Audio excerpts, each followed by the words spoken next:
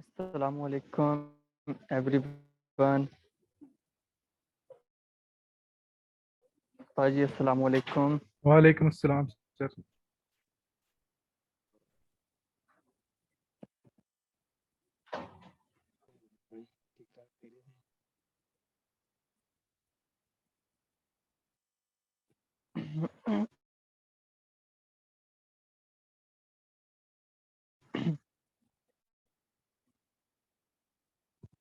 थोड़ी सी चीज़ें डिस्कस कर लें, उसके बाद फिर लास्ट के 10-20 मिनट हम कुछ डिस्कशन करेंगे और चीज़ों पर।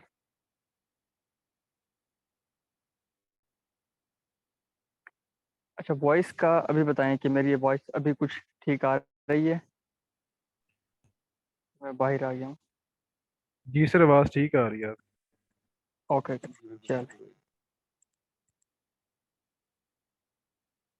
क्या है ना, कुछ नहीं, आज सिर्फ मैं कुछ मेंटालिटी के हवाले से ना चीज़ें भी यहाँ ड्रा करूंगा, डिस्कस करूंगा। आप लोगों ने खुद इसको नोट कर, कोई भी बताने वाला या कहीं पर भी जो चीज़ें बताई जाती हैं या हमें जिन्होंने बताई, खुल के हर चीज़ कोई नहीं बताता। अक्सर बता भी देते हैं लेकिन हम नोट नहीं कर पाते।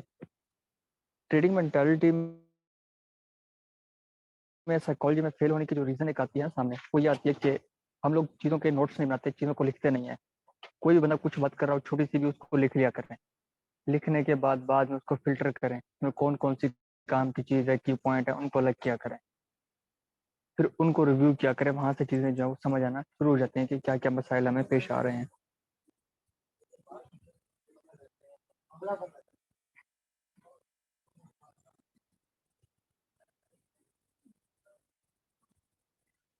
ट्रेडिंग में हम अक्सर डिस्कस करते हैं, हर बंदा ये कहता है कि मनी मैनेजमेंट और रिस्क रिवार्ड रेशो जो है वो बहुत इंपॉर्टेंट है। अब हर बंदे का रिस्क रिवार्ड रेशो एक अलग चीज़ है। रिस्क रिवार्ड रेशो को मैं इस तरीके से बयान करना चाहूँगा। मैंने एक मेंटोर की बात सुनी, मुझे बड़ी पसंद आई। उसकी जब लाइव एग्जांपल देखी तो मुझे बड़ा मज़ा आया कि यार ये चीज़ हम लोग अभी तक मिस कर रहे हैं, ये हमारे अंदर डेवलप नहीं हो रही। तो जैसे ही मैंने देखी तो उसी वक्त एक प्लान किया कि यार आप लोगों के साथ भी वो चीज़ डिस्कस करनी चाहिए। सब नहीं, चलो कुछ गेन कर लेंगे अभी, कुछ बाद में गेन कर लेंगे। जो लिख के रख लेंगे उनको कभी ना कभी ये चीज़ समझ आ जाएगी कि ये चीज़ एक इम्पोर्टेंट है ट्रेड करने के लिए। आप बेहतर जानते हैं ट्रेडिंग जो है ये एक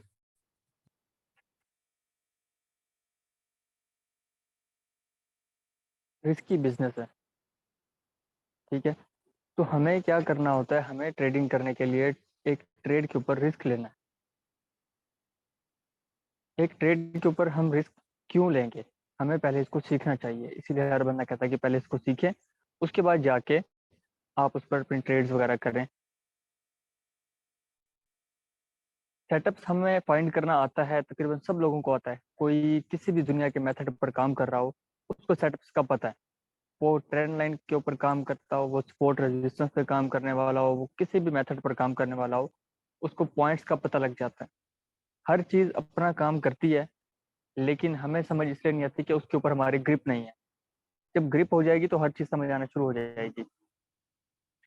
अच्छा, अभी हम करते क्या है, हमें जहाँ जो एंट्री मिली जी, लो जी ये तो हमारे इस पॉइंट पे आ गई, कंफर्मेशन देखी नहीं, कैंडल क्लोज हुई नहीं, हमने कैंडल क्लोज होने के दौरान ही जो है एंट्री लगा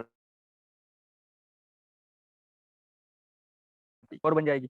हमने बाय कर लिया, वो सेल की बन जाएगी, काम खत्म हो जाएगा। अब कल के दिन शाम को जब न्यूयॉर्क सेक्शन था, न्यूज वगैरह थी, तो उस वक्त एक सूरत हाल बन रही थी H1 के कैंडल क्लोज होने की 6 बजे, और M5 M15 भी क्लोज होने वाली थी कैंडल। कुछ लोगों ने क्या किया जी, ये तो सेल की कैंडल बन गई है, ये तो कोई एविडेंस ही नहीं दे रही, ये तो यहाँ से सेल होगी मार्केट। सेल की एंट्री लगा दी लोगों ने। वो उस वक्त थोड़ी सी सेल हुई है। लास्ट के जब 2-3 मिनट रह गए हैं, वो कैंडल जब क्लोज हुई है, तो उस वक्त वो बंदा कहता है कि इसको बुलिश जो है वो क्लोज होना चाहिए, तो हम फौरन बाय कर लेंगे। जैसे ही वो कैंडल बुलिश की क्लोज हुई है, उस बंदे ने फौरन वहां पर जाकर बाय लगाई है। पहले उसने एसएल आइडेंटिफाई किया है कि मैंने स्टॉप लॉस कहाँ लगाना है। क्यों? क्योंकि ये जो ट्रेड है इसके ऊपर जो सेटअप बन रहा है वो बाय का बन रहा है। गोल्ड यहाँ से बाय होगा, बाय होके कहाँ तक पहुंचेगा ये उसने आइडेंटिफाई किया। उसने कहा कि अगर बाय नहीं होता ये यहाँ से जाएगा कहाँ तक, मैं इसको काउंट करूँ। ये जी मुझे यहाँ से 100 पिप की एंट्री देगा बाय की। अगर मार्केट में सब कई किस्म के न्यूज़ फंड अचानक भी आ जाते हैं, चलते भी रहते हैं, तो इसके ऊपर अगर मेरा स्टॉप लॉस हिट होता है तो वो मैं क्या रखूं, वो तो मैंने आइडेंटिफाई नहीं किया। पहला काम स्टॉप लॉस आइडेंटिफाई किया कि कितने पिप्स का बनता है। स्टॉप लॉस आइडेंटिफाई किया, वो बना 20 पिप का। उसके बाद देखा उसने कि मेरा टीपी बनता है इस पे 100 पिप्स का। तो अब उसने रिस्क लिया, एक ट्रेड सेटअप उसके लिए ओके है, उसकी कैंडल क्लोज होने पर उसको कंफर्म हो गया कि ये बाय में जा रहा है। उसने इसके ऊपर फिर भी जो रिस्क लिया, वो उसने एंट्री ली, 20 पिप्स का रिस्क लिया। अब मकसद क्या है कि हमने उस ट्रेड पर एक रिस्क लिया है 20 पिप का। अब हमारा रिस्क वहां पर 20 पिप का है और हमें जो वहां पर टीपी मिलनी है, जो प्रॉफिट मिलना है, वो 100 पिप्स मिलना है। तो रिस्क और रिवार्ड रेशियो आप देख लें कितना हो गया, 1/5। मकसद क्या है कि हमें इस मार्केट में अगर हम काम कर रहे हैं तो हमें जब इसके ऊपर एंट्री लेनी है तो हमें क्या करना है, इसके ऊपर जो है वो एक रिस्क लेना होता है हर ट्रेड पर, कि इस ट्रेड पर अगर मैं एंट्री ले रहा हूँ तो मेरा रिस्क क्या है, मैं कितना रिस्क देकर मार्केट से कितना प्रॉफिट गेन कर सकता हूँ। कुछ लोगों ने वहीं जब मार्केट बाय हो रही थी, स्कैल्पिंग की, थोड़ी सी एंट्री ली, क्लोज कर दी, थोड़ी सी एंट्री ली, क्लोज कर दी। ये भी हर बंदे की बस की बात नहीं होती, ये उसके लिए होता है जिसके पास नॉलेज हो कि हाँ यार यहाँ से मेरा बाय होता था, 1734 से बाय होता था, लेकिन मार्केट अब 39 पे चली गया, अब मैं क्यों बाय करूँ, मार्केट तो निकल गई हाथ से। लेकिन उसको कॉन्फिडेंस था कि जी 39 पर अगर ये पहुंच गई तो इसने 45 तक या 50 तक जाना है, मैं फिर भी इसके अंदर से बाइंग कर सकता हूँ। उसने बाय करके प्रॉफिट क्लोज कर दिया साथ के साथ। लेकिन कुछ लोग इसलिए डर गए जी, मार्केट तो इस लेवल से इसने मार्केट ने उठना था, अब क्या हुआ जी, मार्केट तो ऊपर निकल गई है, अब हम यहाँ से एंट्री नहीं ले सकते। वो सोचते के सोचते रह गए। क्यों? उन्होंने रिस्क आइडेंटिफाई ही नहीं किया। 1734 से अगर हम बाय करते हैं तो हमारा रिस्क था 1732 तक के एसएल का, और टीपी हमारा वहां से बनना था 100 पीस, मतलब 1746 तक का। तो ये चीजें सबसे पहले इंपॉर्टेंट है। मैं शुरू में भी हर दोस्त को ये कह चुका हूँ, बार बार पहले भी कहता रहता हूँ कि मार्केट में जब हम एंटर हुए हैं, हम काम करने के लिए आए हैं, तो हमें क्या देखना है। एक तो हम सेटअप देखते हैं अपना। सेटअप के बाद सबसे पहली चीज जो हमने आइडेंटिफाई करनी है वो ये। अब ये कह दिया, अब हर बात, वो होता है ना कि तावीज जब कोई बंदा देता है, अगर कोई मानता है तावीजों में, तो वो तावीज जब कोई भी लिख के दे देता है तो उसको फोल्ड करके गले में पहना देते हैं या घोल के पी लेते हैं। वो तावीज के अंदर लिखी हुई चीज है, हम उसको पढ़ने की जहमत नहीं करते कि उसने लिखा क्या है, कोई नंबर लिखे हैं, कोई कुरानी आयत लिखी है, क्या लिखा है। तो इस तरीके से घोल के पीने से सारा कुछ ठीक नहीं होगा। कुछ चीजें आप लोगों के ऊपर है कि आप लोगों ने उसको आइडेंटिफाई करना है कि वो क्या है, क्यों है।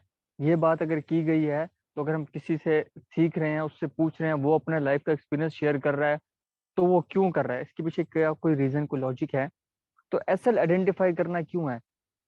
हम में से अक्सर लोगों ने अभी तक अपना ट्रेडिंग प्लान नहीं रखा हुआ अपने सामने कि यार हम ट्रेड करते हैं तो हम कौन से ट्रेडर हैं, हम सपोर्ट रेजिस्टेंस को देख के ट्रेड करते हैं, ट्रेंड लाइन को देख के करते हैं, इनगल्फिंग को देख के करते हैं। इनगल्फिंग भी 5-6 किस्म की ट्रेड्स में देती है। हम उसके अंदर कौन सी इनगल्फिंग के ऊपर ट्रेड करते हैं, सिंपल पे ट्रेड करते हैं, फेल्ड पे करते हैं, या उसके अंदर जो और 3-4 पैटर्न हैं उन पे काम करते हैं। हमने ये आइडेंटिफाई भी नहीं किया हुआ, बस जहाँ पे जो सेटअप मिले उसके अंदर घुस जाएंगे। ऐसे काम नहीं चलेगा। सिर्फ एक सेटअप आप तैयार करके रखें अपना, कि आपने किसके ऊपर काम कर, सिर्फ उसी की प्रैक्टिस करें, उसके ऊपर अपनी हाथ को, अपने ग्रिप को सेट कर लें। जब उसके ऊपर आपको ग्रिप हो जाएगी ना, तो आपको पता होगा कि ये मेरा सेटअप जो है वो 101% ठीक है, लेकिन फिर भी मैं ट्रेड के लिए रिस्क ले रहा हूँ। रिस्क ले रहा हूँ तो मेरा स्टॉप लॉस कितना होना चाहिए, इसके ऊपर अगर मार्केट रिवर्स होती है तो कहाँ तक जा सकती है। मार्केट जी अगर रिवर्स होती है तो ये तो इस वक्त गोल्ड अगर 1740 पे है, ये तो यार गोल्ड तो फिर 1720 तक जा सकता है। 200 पिप का एसएल, तो एंट्री लेने की जरूरत ही क्या है। एंट्री लेनी है तो जो मार्केट में रूल है कि जो कैंडल क्लोज हुई होती है उसके जो नीचे का एरिया है वहां पर आप एसएल रख दें। वो देखें ज्यादा से ज्यादा 30 पिप का हो। 30 पिप का नहीं है, 40 का पिप का एसएल बन रहा है, कोई मसला नहीं है। उसके ऊपर टीपी देखें, आपने 40 पिप का रिस्क लिया है, लेकिन उसके ऊपर रिवार्ड फिर कितना मिलना है, इसको काउंट करते हैं। बिल्कुल 1740 से मार्केट ने जाना है 1750 तक,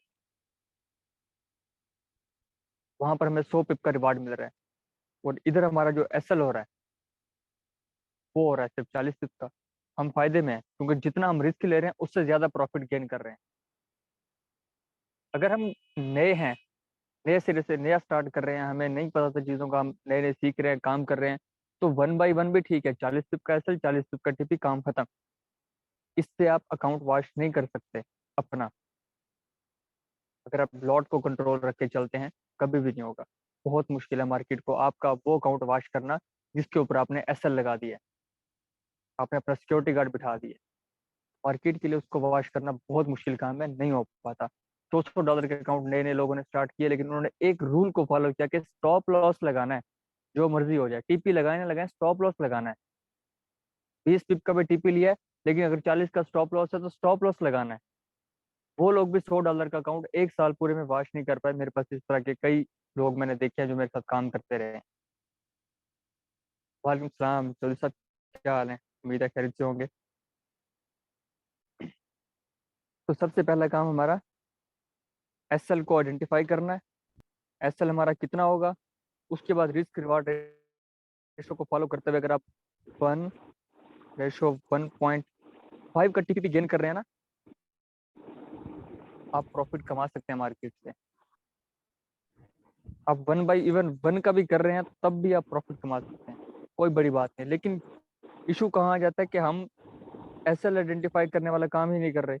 हम इस काम को करेंगे तो हमारा टीपी भी आइडेंटिफाई हो जाएगा। अब इसके अंदर दो चीजें और आ जाती हैं। एक होता है कि ट्रेडर जो लिमिट्स पर काम करता है, एक होता है लिमिट्स पर काम वो करता है जिसका अपने सेटअप के ऊपर एक भरोसा होता है, एक ट्रस्ट होता है, और उसको पता है कि मेरे ये सेटअप बना है तो यहाँ पर जाके आगे मार्केट ये मूव करेगी। वो बहुत दूर की बात है, बहुत दूर जाके इंशाल्लाह सब लोग ऐसे बन जाएंगे। लेकिन अभी हम क्या हैं, अभी हम लाइव मार्केट में ट्रेड करने वाले ट्रेडर। तो अभी भी अगर हम लिमिट्स लगा कर रख लेते हैं तो लाइव बैठे होते हैं, ऊपर नीचे लिमिट्स को कर लेते हैं, ठीक है, अच्छी बात है, करना चाहिए, मार्केट कभी भी कुछ भी कर सकती है। लेकिन जो चीज़ अभी मैं बता रहा हूँ कि जिसको मैंने आइडेंटिफिकेशन करते हुए देखा मार्केट में, अभी हम ट्रेड कर रहे हैं कि एफसी भी है, एससी भी है, एससी के बाद एंट्री लेनी है। लेनी कब है?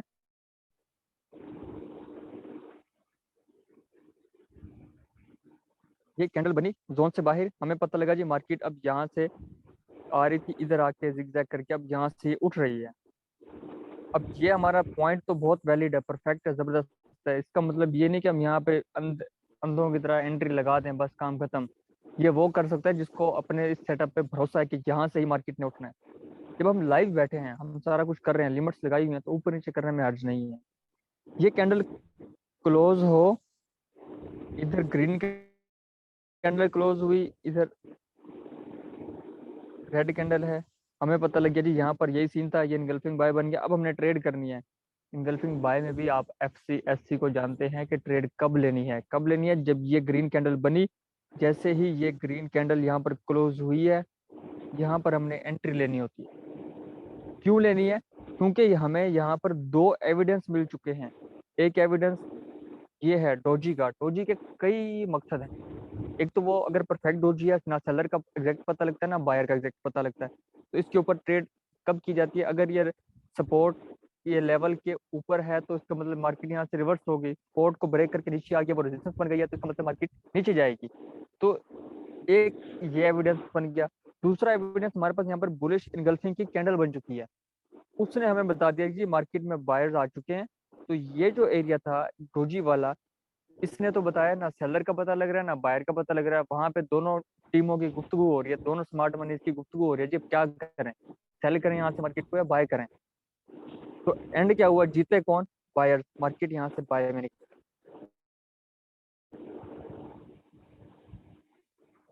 तो एंट्री कब लेनी थी? जैसे ये कैंडल क्लोज हुई। अब कुछ लोग कहेंगे यार ये तो बात ठीक है, लेकिन क्या होगा, यहाँ से मार्केट बाय हुई, थोड़ी सी ऊपर गई, उसके बाद वापस यहाँ आ गई। हमने तो यहाँ पे ऐसा लगा दिया था, मार्केट आती है अपने इस एरिया का रीटेस्ट करने के लिए, रीटेस्ट किया और फिर गई ऊपर, हम यहाँ तक ऐसा लेके या थोड़ा सा टीपी लेके इतना सा और क्लोज करके निकल जाते। भाई जब यहाँ तक मार्केट ने आना है, ये एरिया हमारा बन रहा है, हमें ये एक स्ट्रॉन्ग एविडेंस मिल गया, तो हम जो चीज बता रहे हैं कितना बड़ा ऐसा लगाना है, वो लगाने की जरूरत ही क्या है? ये कैंडल है, इससे 10 पिप नीचे ऐसा रखते हैं, अपना कहानी खत्म करें। अब फिर घूम फिर के बात वहीं पे आ गई है, एसएल रख लें। क्यों? रिस्की मार्केट है, रिस्क लिया ट्रेड का, एविडेंस सारा कुछ हमें मिल गया, ओके है जी, मार्केट यहाँ से बाय हो गई, अपना रिस्क पे यहाँ पर लगा दिया और कहानी खत्म।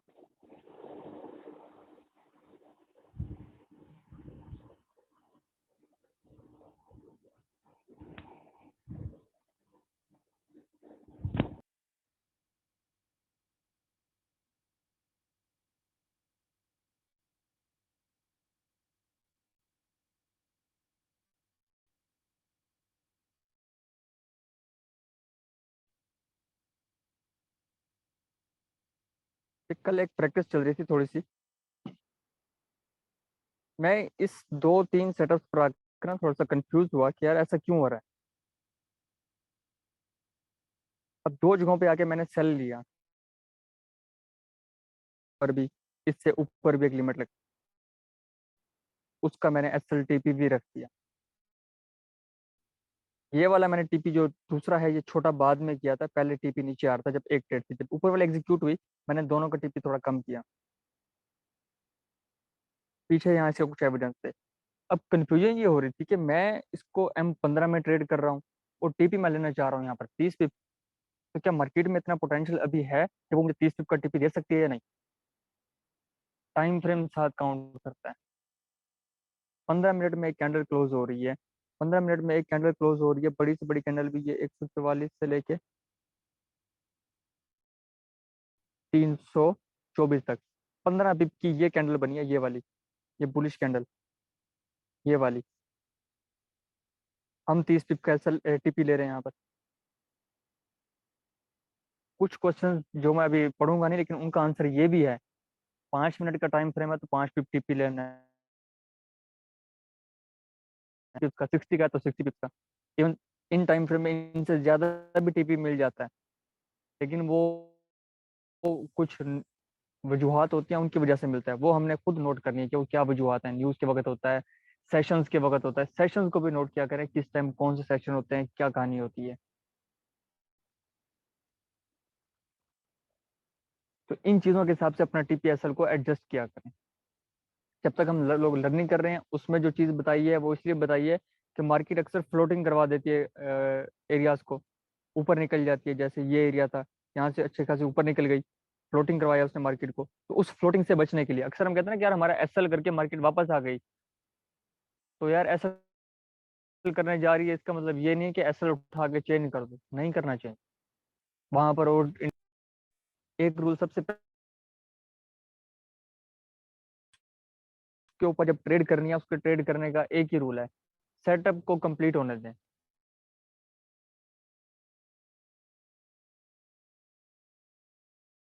सेटअप कंप्लीट हो उसके बाद आप एंटर हो जाएं।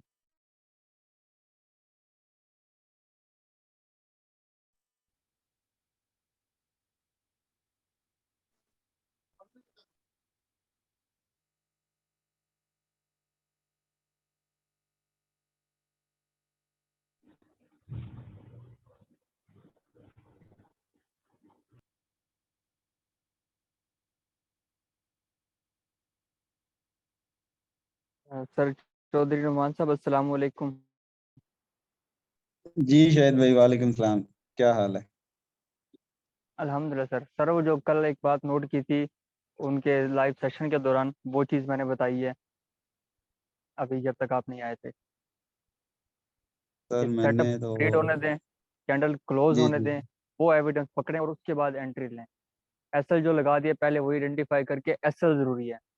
वो एसएल के करीब कल उनकी ट्रेड आई है, 2 स्टैंडर्ड लॉट की ट्रेड थी रियल अकाउंट पे, और वो एसएल के करीब आके उसको छू के, और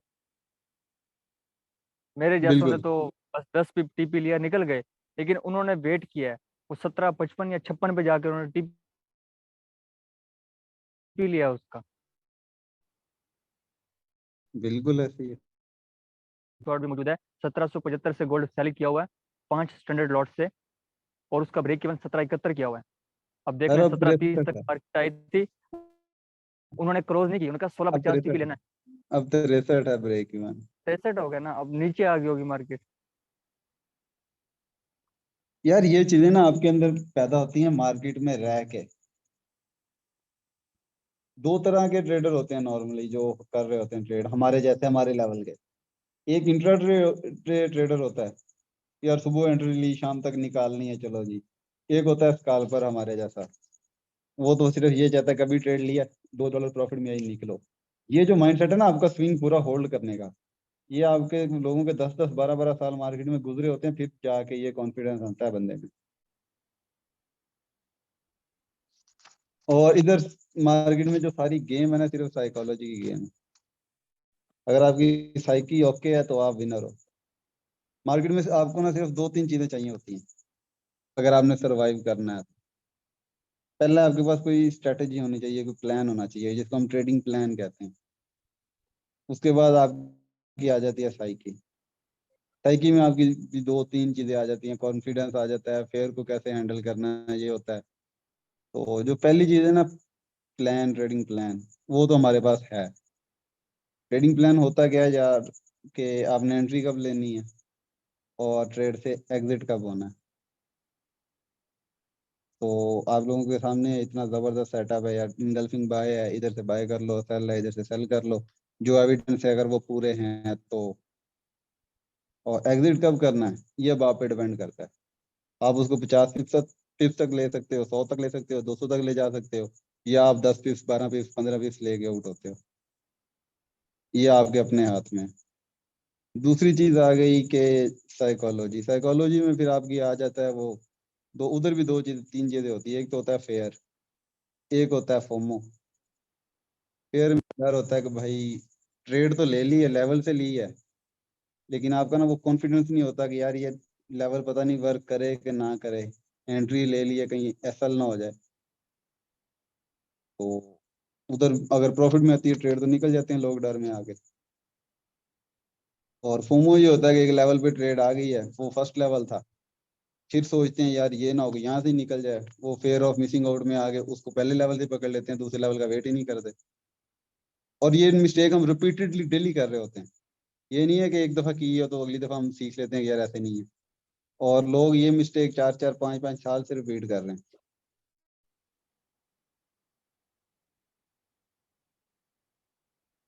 शायद भाई गायब हो गए यार, नहीं सर, कुछ आप भी बताओ। हम अवेलेबल हैं। हमने तो पहले वही बात की है, एसएल आइडेंटिफाई सबसे पहला काम। एसएल कितना है, कितने पिप्स का है, वो आपका रिस्क है, आप कितना रिस्क ले रहे हैं, अब उसके ऊपर रिवार्ड कितना लेना है। कम से कम जितना एसएल है उतना रिवार्ड लेने वाले तो बने। हाँ, स्विंग हाई लोज बनाती है। अब देखें सेटअप आपने बनाया H1 का, आप H1 की एक ही लंबी कैंडल, स्विंग कैंडल से आप कहते हैं जी मेरा टीपी हिट हो जाए 1800 1900 तक का, ऐसा तो पॉसिबल नहीं है। मार्केट स्विंग्स बना के ऊपर नीचे जाएगी। अभी मैंने एक बंदे की एग्जांपल दी है कि उसने 1775 से सेल किया हुआ है, ठीक है, जिस भी टाइम फ्रेम पे किया, वो कितनी स्विंग्स नीचे ऊपर नीचे देख रहा है। तो छोटे टाइम फ्रेम में जाके देखिए M1 में कितनी स्विंग्स अप डाउन मार्केट बनाती है। मार्केट का रूल ही ये, वो ऐसे ही अपने ट्रेंड में जाती है, उसने शायद भाई स्विंग हाई स्विंग्स बनाने हैं। H1 की बात कर रहे हो ना आप। जो एक्सपीरियंस ट्रेडर्स है ना, जो को 10-12 साल से मार्केट में हैं, अगर आप उनसे बात करोगे ना, वो आपको कहेंगे अगर आपने H4 के सेटअप पे ट्रेड लिया ना, आप ट्रेड को मिनिमम 1 वीक होल्ड करें, एक वीक होल्ड। लगा दें और 1 वीक तक उसको होल्ड करें। और अगर H1 की ट्रेड है तो मिनिमम मिनिमम उसको 1 दिन तो होल्ड करें। लेकिन हम क्या कर रहे होते हैं, H4 की है, आधे घंटे में निकलो, H1 की है, 5 मिनट में निकलो, 10 मिनट में निकलो। तो अगर M1 M5 पे बात आ जाती है तो फिर तो हम सेकंड लगाते हैं। बेसिकली हम ये समझते हैं कि हमारा लॉस हो जाएगा, जबकि ऐसा नहीं है। यार ये मार्केट में ये हम क्यों रहना है। समझते हैं, ये हम क्यों, मैं बताता हूँ ये हम क्यों समझते हैं आज। फॉर एग्जाम्पल मेरा अकाउंट है $500 का, मेरा लॉट साइज जो $500 पे होना चाहिए 0.01 0.2 होना चाहिए। लेकिन मैं क्या करता हूँ, मैंने पहली लॉट ही जो उठाई है 0.05 की है। तो वो खुद मुझे डर छोटे तो छोटे होगा ना लॉट। यार, ये ना हो। नहीं नहीं, मैं 0.05 उठाऊंगा, मेरा लेवल है, मैं को 0.01 लगाऊं, इधर से मार्केट उठेगी। मैं 0.05 लगा लेता हूँ, और ऊपर से मैं एसएल तो मैंने आइडेंटिफाई, पहली बात अगर किया किया ही नहीं होगा, अगर किया भी होगा तो मैं कहूंगा यार एसएल लगाने की जरूरत ही नहीं है, ये लेवल है, इधर से उठ जाएगा, मैंने बाय कर लिया। तो मार्केट नीचे आ जाएगी, जैसे नीचे आएगी, मैं नॉर्मली जो लोग मिस्टेक कर रहे होते हैं, हर कोई करता है, मैंने भी की है, आप भी करते होगे या करते रहे होगे, कि आप नीचे से एक री एंट्री करोगे, पहले 0.05 ली थी, अगली 0.1 की लगाओगे, 500 का काउंट है, 0.15 हो गई, मार्केट और नीचे आ गई, आप फिर उधर से उठाओगे 0. जहाँ तो 1 की उठाओगे, या मे बी इससे भी, जिसको मार्टेंगल कहते हैं, मार्टेंगल कर रहे होगे, वो जब मार्केट एग्जैक्ट लेवल पे आ जाएगी ना, जिसको हम तीसरा लेवल कहते हैं फॉर एग्जांपल, तो उधर आपके अंदर इतनी जान ही नहीं होगी, आपके अकाउंट में इतनी ताकत नहीं होगी, वो आप ट्रेड और ले सके, उधर से मार्केट रिवर्स हो जाएगी। फिर जैसे ही मार्केट आपके लेवल पे जाएगी, आप ट्रेड बराबर में क्लोज कर दोगे, बाद में वही मार्केट जो आपने ट्रेड ली होंगी वो प्रॉफिट में भी चली जाएंगी। पहली हमारी गलती ये होती है कि यार हम लॉट साइज इतना गलत इस्तेमाल कर रहे होते हैं छोटे अकाउंट पे, और उसके पीछे भी रीजन है कि हम कहते हैं कि एक दिन में मार्केट लूट लें, आज के आज अमीर हो जाए, बाद में तो मार्केट कल को खत्म हो जानी है।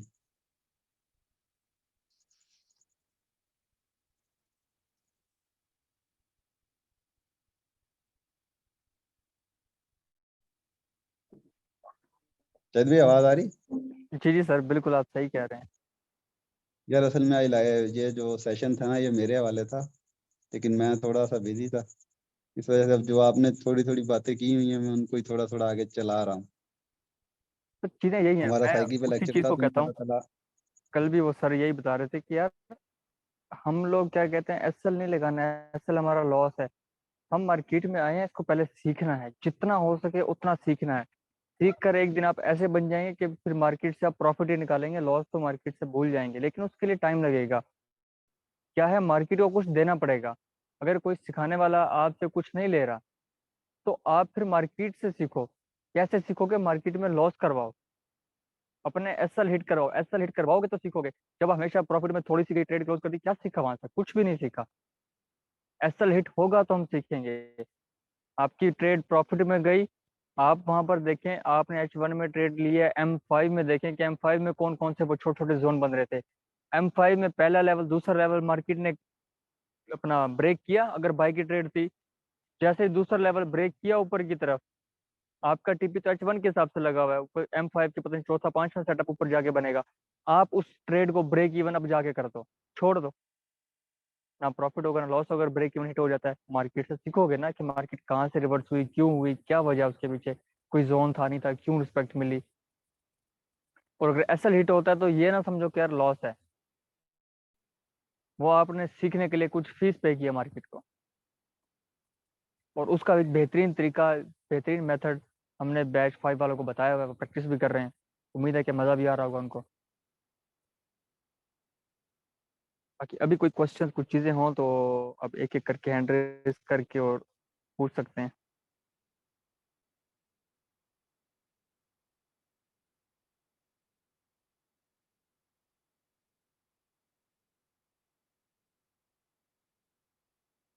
नहीं शेख साहब, ऐसी चीज़ नहीं, ऐसी बात नहीं।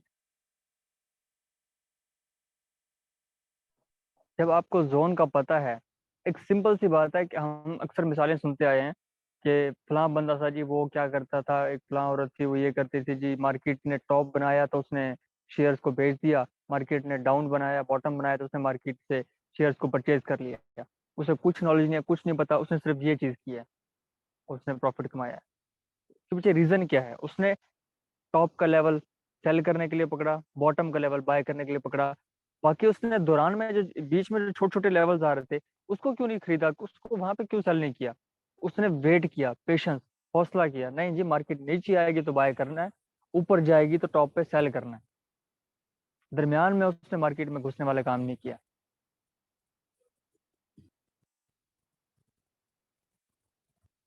जी जी शाह जी, हो जाएगी, लेकिन उसके कुछ रीजन है, एक्टिव लोगों के साथ शेयर होती हैं वो चीजें।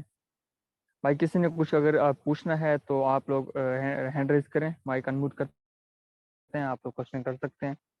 और रिकॉर्डिंग जो है वो मेरे ख्याल से इतनी सर बहुत है, इसको अगर हम क्लोज कर दें यहाँ पर।